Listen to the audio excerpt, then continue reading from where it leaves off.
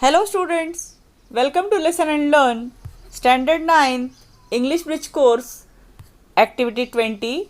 Students, most of us enjoy watching, reading and presenting a play. There is a very famous play, Andher Nagri Chaupat Raja. Today we are going to identify the details of the same play. What you have to do? Read the play and complete the given flow chart. Let's read the complete play and complete the given blame game flow chart from your textbook, page number 63. Listen and read the play. A play, part 1. A king's court. The court awaits the arrival of the king. Two guards are standing front right of the stage. First guard, be alert, the king is about to arrive. Who wants to be alert? Life seems like one long sleep in this land. I am at ease all day, though I am a guard. How boring. I wonder if some interesting drama will unfold at the court today. It would enliven the atmosphere. I would be equally happy if there was none. Enters the disciple looking around. Halt! You are a stranger. Give your identity. You are right. I am a visitor here, a disciple of the wise sage from the Ghangor forest which lies to the east of your kingdom. What brings you here? I have heard amazing stories about this kingdom of Andher Nagri and the great king Chaupat. I am specially impressed by the fact that everything in the market is sold at the same price. No complications. You have heard right. In our land, you can buy the most rich and delectable sweets for the same price as an equal measure of vegetables. Taka ser bhaji, taka ser khaja. I am quite happy about it. It makes life easy. So it should. It would be a good idea to settle in this land. But first, I would like to attend the court today and pay my respects to the mighty King Chaupat. You may stand there with those people who are in a queue. Here you people, here comes the most noble, most revered, most gracious, most learned King Chaupat of this vast kingdom. Make way for the king, woe to the royal monarch. King Chaupat arrives to the fanfare of bugles and drums and takes his place on the throne. Let the court begin. The first complainant. Justice. O most great king, I beg for justice. And what is your complaint? In this great land of Andher Nagri, my friend and I have been truly hard-working, honest thieves. All these years we have been true to our profession. And what is our reward? Last night, with great efforts, we made a hole in the wall of a merchant's house. When all his family were away, my friend peered through the hole into the house when suddenly the wall collapsed and my friend was instantly killed. I have lost my only friend and partner. O king, it's the merchant's fault for living in a house with such weak walls. Fetch the merchant at once. A life for life. The merchant must be hanged. Third guard leaves and returns with the merchant who bows before the king. Mercy, O noble king! I had no intention of killing these skilled professionals. It is not my fault that the wall of my house collapsed. My house has been recently built. It is the fault of the bricklayer who carelessly built such a weak wall. King, bring the careless bricklayer immediately. He must hang for his fault. Second guard leaves and returns with the bricklayer. O most kind lord and king, have mercy. I beg you, don't send me to the gallows. I agree that I built the wall which collapsed and killed a man. But it was not due to my carelessness. The mortar which I used to lay the bricks was of very poor quality. There was too much of water mixed in it. It is entirely the mortar maker's fault. Summon the mortar maker at once. He must pay with his life for his thoughtlessness. Mortar maker is brought. Forgive me, O merciful king. Please do not hang me to death. I have a wife and 2 young children. Who will look after them? Your carelessness has cost a life. You must pay with your life. No, no, no, my royal lord. I am not to blame. The pot which I used to pour water into the mortar had an extraordinarily large mouth. So excess water poured down into the mortar mixture. I was helpless. It is the potter's fault for making such a useless pot. Let the potter be brought here at once. He must be executed for molding such useless pots. Fourth guard leaves and re-enters with the potter. Potter: Your Majesty, show mercy to this humble potter. I agree, the pot I made sold to the mortar maker was a defective one. But I am not guilty. As I was molding that pot, I heard the sweet, delicate tinkling of anklets. It was the moneylender's daughter. She distracted me just as I was shaping the mouth and it became too wide. Bring the moneylender's daughter here. This very instant. She must be sent to the gallows for disturbing the poor potter at work. First guard leaves and enters with the moneylender and his daughter. Moneylender: O just king, spare my daughter. She is my only child and to be wedded next Monday. Oh, do not fret, father. The king will not hang me. To the king: You most esteemed highness, I rarely step outside the threshold of my home.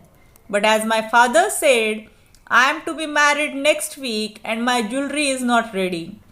I had to go to the goldsmith shop to urge him to work faster and hand over my ornaments on time. The potter's shop is on the way.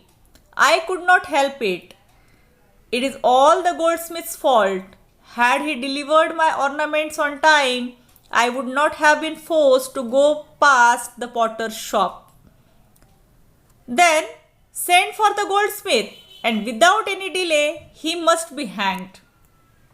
Second guard exits and returns with the goldsmith. Goldsmith: O noble king, I beg of you, how can you give me such a harsh sentence? I was merely following your orders to the letter. You commanded me to set aside all my work and get the queen's ornaments ready before Her Highness's birthday. So there has been a delay in making this lady's bridal ornaments. In the name of justice, Your Highness, pardon me. Spare my life. I was just following Your Highness's orders. No other word. Your excuses does not hold good. Take the goldsmith away to the gallows and hang him at once. Have mercy, O generous king. I fall at thy feet. Please forgive me just once. This time let me live. I have none of this anymore. Take him away at once. Let him hang to death. Two guards drag the wailing goldsmith away. Courtiers and others whisper to one another out of shock. Soon the guards return with the goldsmith and the hangman. King: What? Why have you not carried out my orders? Hang the goldsmith at this moment, or else you will suffer the same punishment. Hangman: 1,000 apologies, O great king, but this noose does not fit to the goldsmith's neck. It's too loose. Then try it around everyone's neck here and see who it fits. Whosoever has a neck of the size of the noose must be hanged. Hangman tries the noose on many of the subjects, waiting for justice. They spurn and resist, But the hangman, with the help of the guards, overpowers them. Finally, the noose fits the disciple. Hangman. Ah, your highness, it fits at last. Disciple. But, justice at last. Take him to the gallows without further delay. Hangman and guards force the protesting disciple out. King. Justice delayed is justice denied. Andher Nagari prides itself on prompt action. Our actions speak louder than words. Voices and shouts heard from outside. All re-enter in a rush with another elderly man. King. What? Why have you all returned with this stranger alive? And who is this man? I beg your pardon, your highness, but we are confused indeed. This old man rushed towards us as we were about to hang the young stranger and begged and pleaded that he should be hanged instead. At first, we thought the old man had lost his mental balance. What sane man would wish to suffer such a drastic death willingly?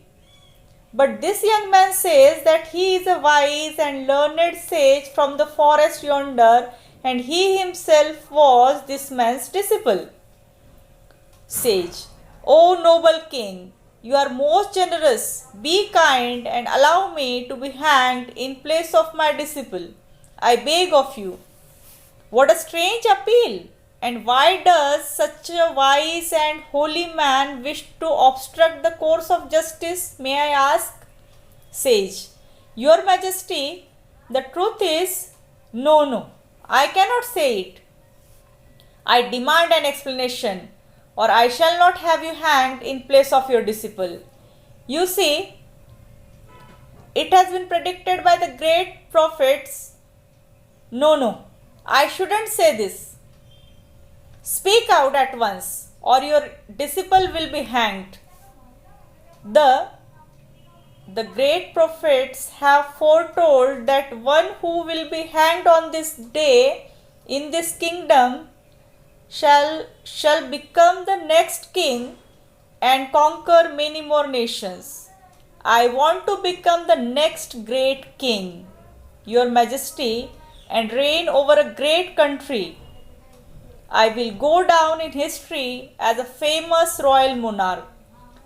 The future generations will read about me and my greatness for millenniums to come. I shall never earn that fame if I remain a recluse, a sage.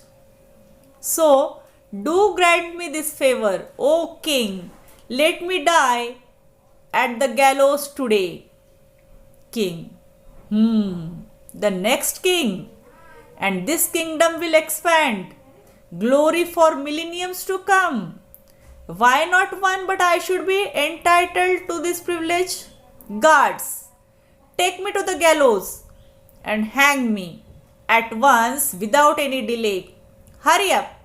Don't waste time. What a wonderful fate in my next life. A king once again. Goodbye, world. See you again. All exit. Students, read the play once again and then feel the flow chart. See, blame game flow chart. Who is blaming? Who does he blame? For what does he blame that person? All these things we have to write in this flow chart. Who is blaming? Thief. Who does he blame? Owner of the house or the merchant. Why? For not constructing a strong wall. Then the next one to blame is merchant. He blames a bricklayer for carelessly building a weak wall. Then bricklayer blames to the water maker for mixing too much water in mortar. Mortar maker, he blames to the potter for making a defective pot with a wide mouth. Then the potter blames moneylender's daughter for disturbing him with tinkling of anklets. Moneylender's daughter, she blames goldsmith for delay in the delivery of her ornaments. And the goldsmith, he blames the king for giving orders to set aside all other work to make the queen's ornaments. So today you have learned the detailed information about who blame and for what does he blame that person. Do this activity and we shall meet with a next activity very soon. Thank you.